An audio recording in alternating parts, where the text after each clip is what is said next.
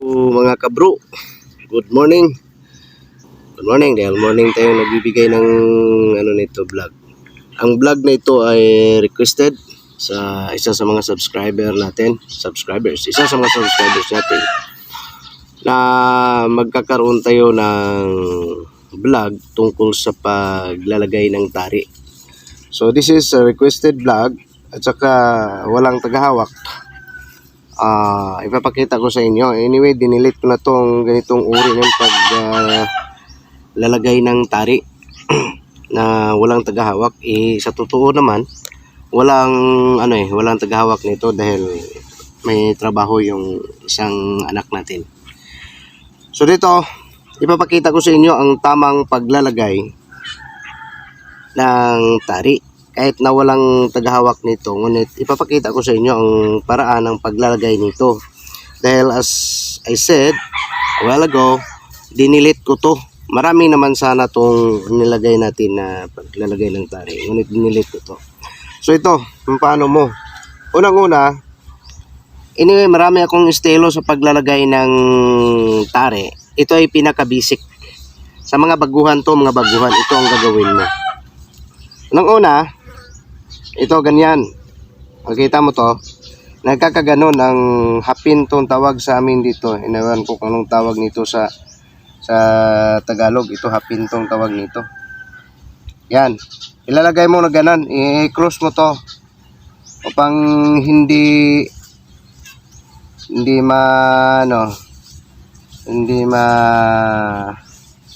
tanggal yung tari. Usually ito hindi ganito ang pagkakalagay nila eh.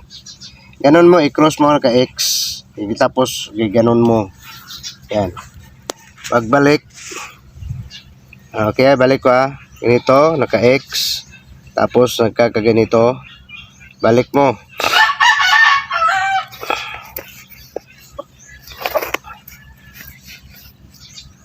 Balik mo rito. Balik mo. This is basic only.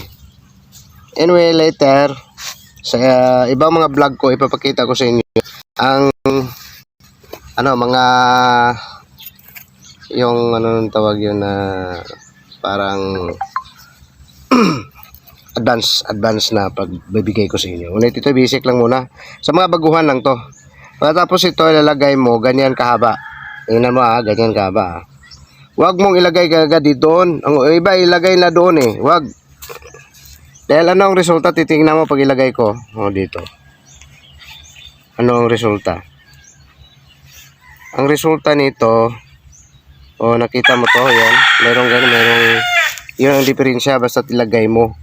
Ngunit, pag ganito ang pagkakagawa mo, dyan muna, iikot mo muna to. Ganon. Ganon mo muna. Bago mo ito ilagay dyan. Yan. Yan ang tamang paraan ng paglalagay ng tari. Medyo mahirap to dahil walang tagahawak. Ngunit, ito, huwag mong ilagay doon. Yung malapit. Huwag mo ilagay dahil mahirapan kang mag-adjust. Doon mo ilagay sa ilalim. Kita mo to? Ayan. Yan. O doon mo ilagay. Pang hindi ka mahirapang mag-adjust. Dahil usually sa mga labahiro or gaffer na dito inilalagay, yun ang mga labahiro na yung mga site nila nahihirapan sila. At saka mali yun. Basta dyan nilagay, hindi magandang yan gaffer. Dito may lagay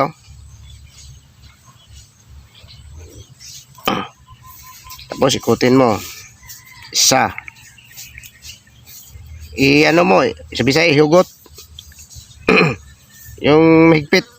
Dalawa. Dito naman, maglagay kayo ganyan. Ganyan kahaba. Lagay mo. Ganun pa rin. Ang estilo. Tatlo lang Tatlo lang pagkakalagay mo.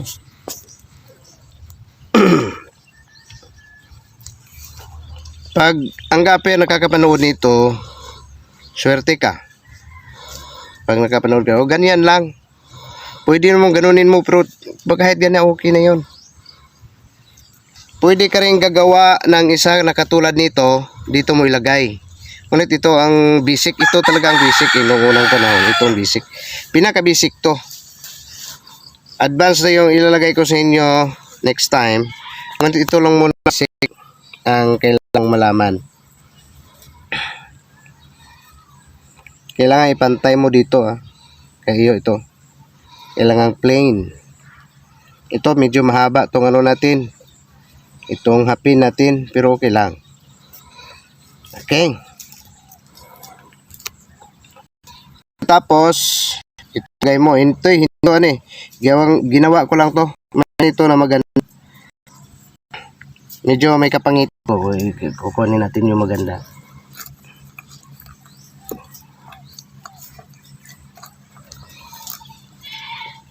Hindi naman to masyadong maganda, ngunit okay na to. Okay. So, ganon. Huwag kayong maglagay ng medyo malaki. Ito, malaki ito. Huwag. Ito lang kalaki, Ito lang. Huwag kayong malaki dahil mahirapan ganyan dahil sa ang asintada niyan ay pangit ang asintada niyan. Mga gapir na naglagay ng mga malalaki, wala yan. Yan. Ito kita mo to. Ito ay tahid niya. Basta't na plain na dito, plain to plain. Huwag na kaganon. Pangit yun, basta't nakagaganon. O, mayroong distance dito. Kita mo tong distance. Ito. Mayroong distance na ito ay nagpi-plain dito. Basta't na i-plain mo na dito. O, yan. Bakit pa? Ano nasabi na plain? O, lalagyan ko ng ano. O, plain na yan. Parang cross ang pag nilagay. Tingnan mo, parang nag-cross ang tahid at saka ito. Kung ang normal ang tahid. Kung hindi normal ang tahid, depende yan sa site mo. Ito yung normal to Normal ang tahid, normal ang paa. Ito sa mga normal lang na mga paa. Ganyan, parang i-cross mo ba? Tingnan mo to Step by step to. Para sa mga baguhan. Oh. Parang cross yan. Meaning, pantay yan, pantay. Ang pagkalagay mo nito, pantay ito, ito. Okay, ganyan. So, lobat na tayo. How I wish na matapos natin to. Okay? So, sige, off mo na. Okay, udlot tayo. Nasira ang ano natin dahil lobat tayo Ito, i-continue natin. So, ito ng tarik na gagamitin natin. Ito. Daido. Daido.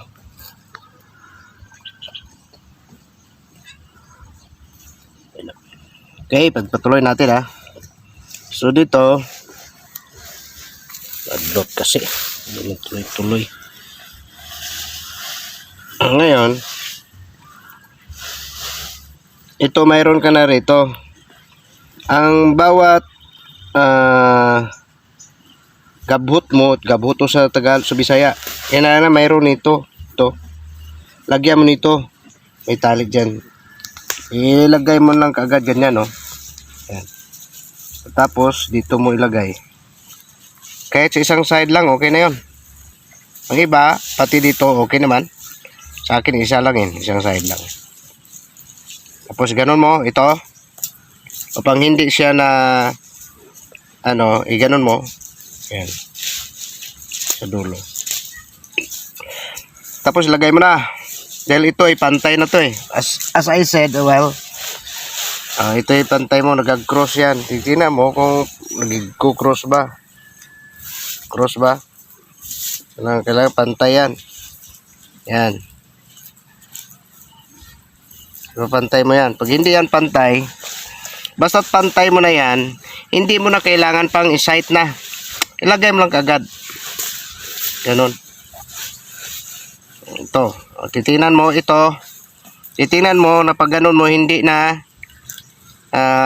tamaan. Dahil pag natamaan yan, mahirapan siyang maglakad. Ganun na. Okay. Naman, pantay muna natin ha. Hindi. Basta mapantay mo na yan, as I said, hindi na kailangan mong sight pa. Lagay mo na kaagad. Basta pantay mo na yan. Tali mo na kaagad. Tali mo na kaagad. Huwag mo nang i-sight kung saan mo i-sight. Yung tari mo. Tuloy-tuloy mo na yan. Yun kung bagsik kang bagsik kang gapper. Hindi ka bagsik kang gapper, hindi mo to gagawin eh. Ito, kalahati nito. O, kalahati nito ha. Ito, kalahati nito. Ang kalahati nito ay clockwise mo. Lahat clockwise ha. Clockwise lahat. Doon pagkatungo ba? Doon patungo. Okay, ganun lang. Very simple lang ang paglagay mo. Basta clockwise ha.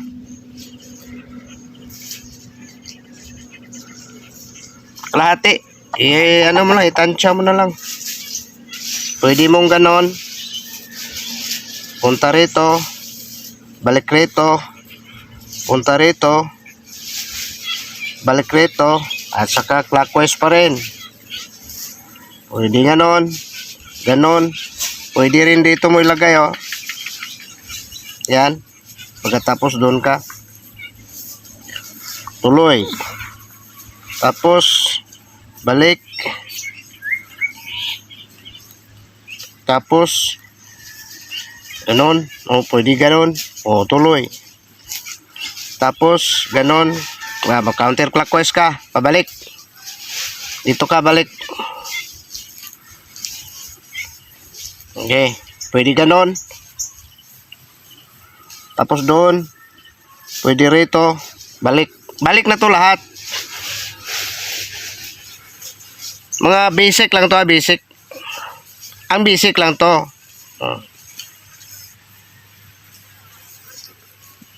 Upang hindi ka nagkakamali, ganun ang pagkakalagay mo. Dito naman. Okay, ganun. Ganun lang, wala na yun. Okay na yun. Huwag ka mag-style-style nito. Huwag mo to i-style-style. Okay. Ganon. Ganon. Ganon. O, pwede na. Pabalik na yun lahat eh. O, pagkatapos, ganon. Ganon. Dito. Pwede na yun. O. Ganon na. Kahit ganon na mo sa muna sa ano sa last. So ito. Okay na 'yon. Bagsik na 'yon ang pagkakalagay mo. Okay. So kaso lang ang style na to, ay pag hindi natamaan, napuruhan ang manok mo sa cattle area, ito mahirap to dahil pupunta rin dito sa loob. Minsan hindi na to nakakatama. Kaya nga kailangan ang pagkakalagay mo ay press mo to, i-press na press dahil puwento pag nag ng konti rito, hindi na yan makakasugat to konti dahil sa 0-0 to 0-0 to ang pagkakalagay. So ang iba rito, upang hindi siya maging 0, yan mo konti doon, ilabas mo ng konti doon, konti upang magbabak siya patuloy sa 0-0. Ito malalaman mo pag pantay ang paanang pagpantay rin to. Ito pag okay rin to ang rear finger niya, dahil pag nakikita mo to nagkaka nag letter B. Tingnan mo nag letter B oh. Tingnan mo ang distance nito. Ganun lang ang distance. Yan. Ito. Pag nilagay mo, ganun lang ang distance niya. Pag letter B yan, pag pantay ang paa ng manok. Ngunit pag hindi pantay ang paa ng manok, mahirapan ka rin. Dahil sa adjust ka lahat. So dito, ang sight mo naman dito, ibibigay ko sa inyo, sa sunod na vlog, ibibigay ko sa inyo kung hindi pantay ang tahid. Ito. Pag hindi ito hindi ito normal. Hindi ito normal, ibibigay ko sa inyo. At kung ito ay hindi rin normal, paano ka maglalagay nito? Iyon ang topic natin sunod. Ito ay sa mga manok lang na mga normal ang paa. Ngunit, to tell you my friend, minsan ka lang nakakita ng mga manok na pantay ang na normal ang paa. Mostly dito ito ay deform to. At saka ito naman, ang iba ay hindi pantay to. Kaya nga, ang pagiging gapper ay hindi madali, my friend. Hindi madali ang gapper. Ito, pag susundin mo to, okay to. Ngunit, darating ang panahon na ito ay hindi nakakasugat. Hindi ito nakakasugat dahil ang nito, ito ay papunta doon. Paloob ang niyan. Ito hindi na to papantay. Kaya nga sa akin rito pag naglalagay ako, medyo ng konti, labas ng konti. Malalabas ko ng konti ganun. Upang pag gumalaw ang tari, papunta siya sa 0 point. Yan, point. Okay. Ano yan? Tawa yan. 0 ang niya. So ganun lang friend, ang paglalagay. Hindi mahirap ang pagkakalagay ng tari. So obserbahan mo lang yung mga site mo. So ito rin ay dito rin ang niya. Dito rin. Ito sa gitna. Ito. O diyan din nakaka-point ang niyan, ang dulo. Diyan nakaka-point at saka itong tari, pag titingnan mo ang tari, yan, naka dito siya. Dito mo patatamain ito. Dito mo patatamain o dito. Yan. Ganun mo dun. Itong last na niya, feeder, dito mo itatatama yung niya, itong yan, punta. Yung tip niya. Tip sa dulo ng tari. At saka dito point rin dito. Yun, ganun lang, my friend. Heart to heart na pagbibigay ko sa inyo dahil baguhan ka pa. So, ang gagawin mo rito, i-press mo lang ng todo ito.